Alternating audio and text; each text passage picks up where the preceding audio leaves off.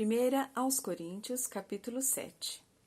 Agora, meus irmãos, vou tratar das perguntas que vocês fizeram na minha última carta. É bom que o homem não toque em mulher. Geralmente, porém, é melhor ser casado, todo homem tendo sua própria esposa e cada mulher tendo seu próprio marido por causa da imoralidade. O marido deve cumprir os seus deveres conjugais em relação à sua esposa e a esposa deve fazer o mesmo com o seu marido, pois a mulher que se casa não tem mais autoridade sobre o seu próprio corpo, mas sim o seu marido. E do mesmo modo, o marido não tem mais autoridade sobre o próprio corpo, mas sim a sua esposa. Portanto, não se recusem um ao outro. A única exceção a essa regra seria o acordo entre marido e mulher para se absterem de ter relações sexuais por tempo limitado, a fim de que possam dedicar-se à oração. Depois disso, eles devem unir-se novamente, tendo relações para que Satanás não possa tentá-los por causa da sua falta de domínio próprio. Não estou dizendo que vocês precisam se casar. É certo que poderão se assim o quiserem, mas isto não é um mandamento. Eu gostaria que todos os homens ficassem sem se casar, tal como eu, mas não somos todos iguais. Deus dá um dom a cada um. Um tem este dom e outro aquele.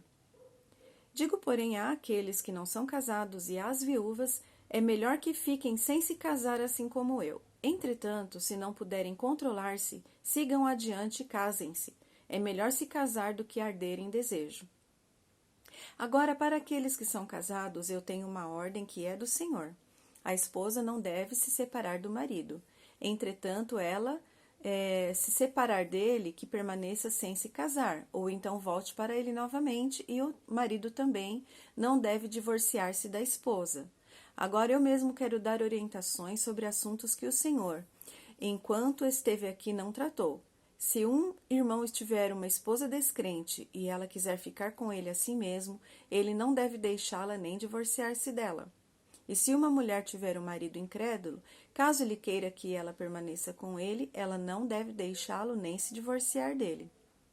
Porque o marido incrédulo é santificado por meio da mulher, e a esposa incrédula é santificada por meio do marido. Do contrário, os filhos seriam impuros, mas agora são santos.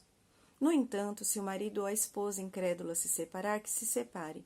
Em tais casos, o irmão ou a irmã não deve insistir que o outro fique, pois Deus nos chama para vivermos em paz e harmonia.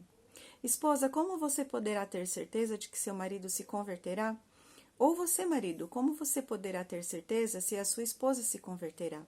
Mas, ao decidir tais assuntos, tenham certeza de que vocês estão vivendo como Deus planejou, casando-se ou não se casando, de acordo com a direção divina e aceitando a situação em que Deus os colocar. Este é o meu critério para todas as igrejas. Por exemplo, um homem que já passou pelo rito judaico da circuncisão, antes de se converter, não deve se preocupar com isso. E se não foi circuncidado, não deve fazê-lo agora, porque não faz diferença alguma se um santo passou pela circuncisão ou não. Entretanto, faz muita diferença se ele está agradando a Deus e guardando os mandamentos de Deus. De modo geral, uma pessoa deve continuar na condição em que estava quando Deus a chamou. Você é escravo? Não deixe que isso o atormente, mas naturalmente, se lhe vier a oportunidade de ficar livre, aproveite-a. Se o Senhor o chamou sendo escravo, lembre-se que você é um homem livre que pertence ao Senhor. Semelhantemente, aquele que era livre quando foi chamado por Cristo é escravo de Cristo. Vocês foram comprados por um preço alto, portanto, vocês pertencem a Ele. Não se tornem escravos de seres humanos. Portanto, queridos irmãos, em qualquer situação em que alguém estiver quando se tornar servo de Cristo, que fique como estava quando foi chamado por Deus. Agora procurarei responder a outra pergunta de vocês. E as moças solteiras? Devem permitir-lhes que se casem? Não tenho mandamento especial para elas da parte do Senhor. Entretanto, em sua bondade, o Senhor me deu sabedoria na qual se pode confiar, e eu terei prazer em dizer-lhes o que penso. Nós, os servos de Cristo, estamos enfrentando grandes perigos neste momento. Em tempos como este, eu penso que é melhor para uma pessoa que continue solteira. Naturalmente, se você já estiver casado, não procure se separar. Mas se você é solteiro, então não procure esposa. Entretanto, se você, homem, decidir se casar agora, está bem, não comete pecado. E se uma moça virgem casar-se agora, está bem, também não comete pecado. Contudo, o casamento trará outros problemas dos quais eu gostaria de poupá-los. Irmãos, a coisa importante é lembrar que o tempo que ainda nos resta é muito curto. Por esta razão, aqueles que têm esposa devem viver como se não tivessem, os que choram como se não estivessem chorando, os que estão felizes como se não estivessem, os que compram como se não fosse deles o que compraram, os que tratam de coisas deste mundo como se não estivessem ocupados com elas, porque o mundo, em sua forma atual, bem depressa se acabará. Em tudo quanto vocês fizerem, eu gostaria de vê-los livres de preocupação.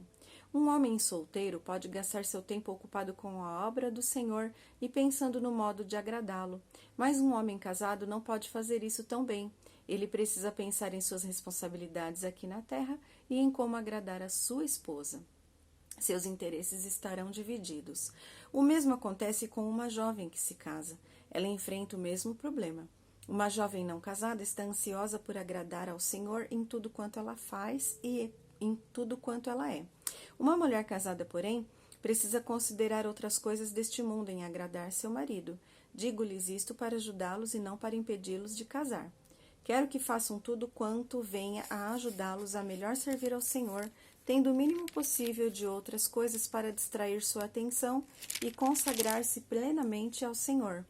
Se alguém sentir que está agindo de forma indevida diante da moça, que ela está passando da idade, achando que deve se casar, faça o que achar melhor, que se case. Não é pecado. Mas se um homem tem força de vontade para não se casar e decidir que ele não precisa fazê-lo e não o faz, tomou uma sábia decisão. Portanto, a pessoa que se casa faz bem e a que não se casa faz melhor ainda. A esposa está ligada ao marido enquanto este viver. Se o esposo morrer, ela então poderá casar-se novamente, mas somente se ela se casar com um servo de Cristo. Mas, na minha opinião, ela será mais feliz se não se casar de novo. E eu penso que estou dando a vocês um conselho da parte do Espírito de Deus quando digo isto.